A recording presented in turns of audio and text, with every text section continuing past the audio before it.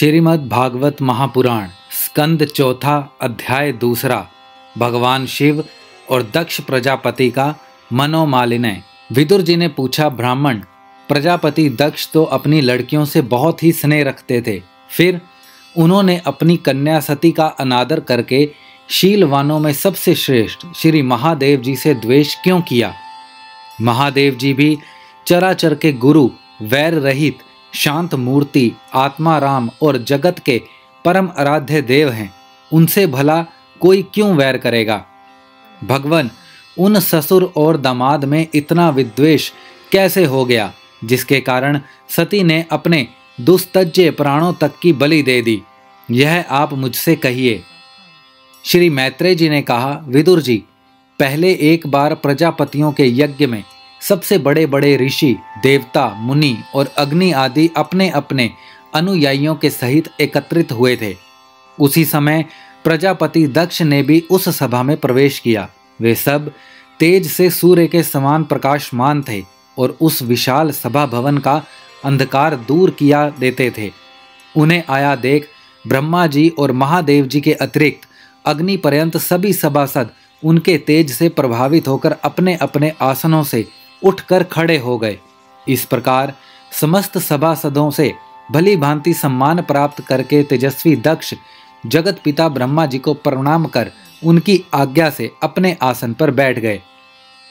परंतु महादेव जी को पहले से ही बैठा देख तथा उनसे अभ्युत्थाना आदि के रूप में कुछ भी आदर ना पाकर दक्ष उनका यह व्यवहार सहन न कर सके।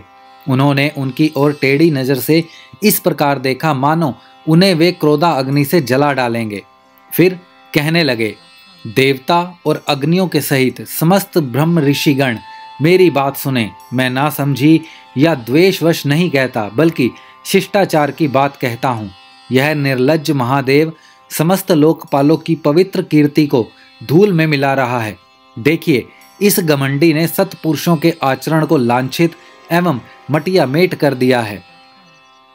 बंदर के नेत्र वाले इसने सत्पुरुषों के समान मेरी सावित्री सरीखी मगन नयनी पवित्र कन्या का अग्नि और ब्राह्मणों के सामने पाणी ग्रहण किया था। इसीलिए यह एक प्रकार मेरे पुत्र के समान हो गया है। उचित तो यह था कि यह उठकर मेरा स्वागत करता, मुझे प्रणाम करता, परंतु इसने वाणी से भी मेरा सत्कार नहीं किया। हाय, जिस प्रकार शूद्र को कोई वेद पढ़ा दे, उसी प्रकार मैंने इच्छा न होते हुए भी भावी वश इसको अपनी सुकुमारी कन्या दे दी। इसने सत्कर्म का लोप कर दिया। यह सदा अपवित्र रहता है, बड़ा घमंडी है और धर्म की मर्यादा को तोड़ रहा है। यह प्रेतों के निवास स्थान भयंकर शमशानों में भूत प्रेतों के साथ लिए घूमता रहता है। पूरे पागल की तरह सिर के बाल बिखरे नंग धड़ंग भटकता है, कभी हंसता है, कभी रोता है।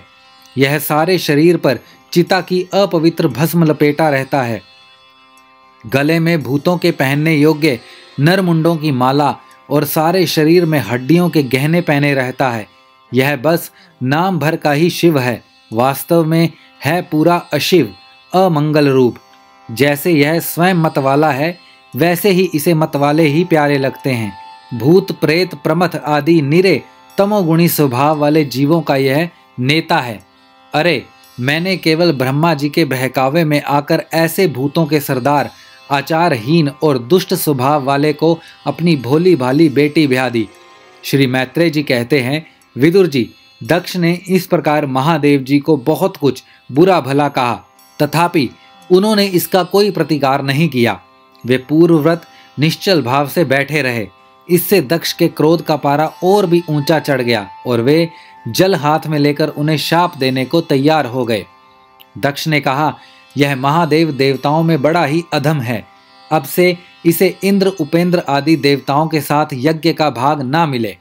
उपस्थित मुख्य मुख्य सभासदों ने उन्हें बहुत मना किया, परंतु उन्होंने किसी की ना सुनी। महादेव जी को शाप दे ही दिया। फिर वे अत्यंत क्रोधित हो उस सभा से निकलकर अपने घर चले गए। जब श्री शंकर जी के अनुयायियों में अग्रण्य नंदीश्वर को मालूम हुआ कि दक्ष ने शाप दिया है, तो वे क्रोध से तमतमा उठे और उन्होंने दक्ष तथा उन ब्राह्मणों को जिन्होंने दक्ष के दुर्वचनों का अनुमोदन किया था, बड़ा भयंकर शाप दिया। वे बोले, जो इस मरणाधर्म शरीर में ही अभिमान करके किसी से भी द्रोह ना करने वाले भगवान शंकर से द्वेष करता है, वह वेद बुद्धि वाला मूर्ख दक्ष तत्व ज्ञान से विमुख ही रहे। यह चातुर्मास से यज्ञ करने वाले को अक्षय पुण्य प्राप्त होता है। आदि अथर्वाद रूप वेद वाक्यों से मोहित एवं विवेक भ्रष्ट होकर विषय सुख की इच्छा से कपट धर्म में गृहस्थ आश्रम में आसक्त रहकर कर्म कांड में ही लगा रहता है।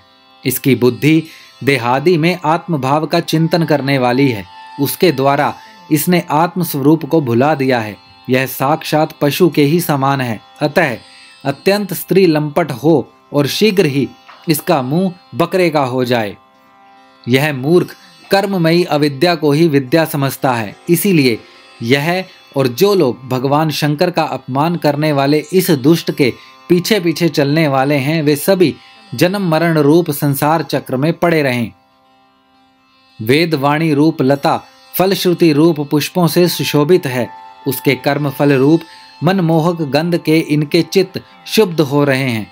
इससे ये शंकर द्रोही कर्मों के जाल में ही फंसे रहें। ये ब्राह्मण लोग भक्ष्या भक्ष्य के विचार को छोड़कर केवल पेट पालने के लिए ही विद्या, तप और व्रत आदि का आश्रय लें तथा धन, शरीर और इंद्रियों के सुख को ही सुख मानकर उन्हीं के गुलाम बनकर दुनिया में भीख मांगते भटका करें। नंदीश्वर के मुख से इस प्रकार ब्राह्मण कुल के लिए शाप सुनकर उसके बदले में भृंगु जी ने यह दुस्तर शाप रूप ब्राह्मण दंड दिया। जो लोग शिव भक्त हैं तथा जो उन भक्तों के अनुयायी हैं, वे सत शास्त्रों के विरुद्ध आचरण करने वाले और पखंडी हों। जो लोग शोचाचार विहीन मंद बुद्धि तथा जटा, राख और हड्डियों को धारण करने वाले हैं, वे ही शैव संप्रदाय में दीक्षित हों, जिसमें सुरा और आसव ही देवताओं के समान आदरणीय हैं। अरे तुम लोग तो धर्म मर्यादा के संस्थापक एवं वर्णाश्रमियों के रक्षक वेद और ब्राह्मणों की निंदा करते हो। इससे मालूम होता है कि तुमने पाखंड का आश्रय ले रखा है। यह वेद मार्ग ही लोगों के लिए कल्याणकारी और सनातन मार्ग है। पूर्व पुरुष इसी पर चलते आए हैं और इसके मूलभूत साक्षात श्री विष्णु भगवान हैं। तुम लोग सतपुरुषों के परम पवित्र और सनातन मार्ग स्वरूप वेद की निंदा करते हो। इसीलिए उस पाखंड मार्ग में जाओ जिसमें भूतों के सरदार तुम्हारे इष्ट देव निवास करते हैं। श्री मैत्रेय जी कहते हैं, विदुर जी, भृंगु ऋषि के इस शाप देने पर भगवान शंकर कुछ खिन्न से हो वहां से अपने अनुयायियों सहित चल दिए। वहां प्रजापति लोग जो यज्ञ कर रहे थे, उसमें पुरुषोत्तम श्री हरि ही उपास्य देव थे और वह यज्ञ 1000 वर्ष में समाप्त होने वाला था। उसे समाप्त कर उन प्रजापतियों ने श्री गंगा यमुना के संगम में यज्ञांत स्नान किया और फिर प्रसन्न मन से अपने अपने स्थानों को चले गए। श्रीमद् भागवत महापुराण स्कंद 4 अध्याय 2 समाप्त।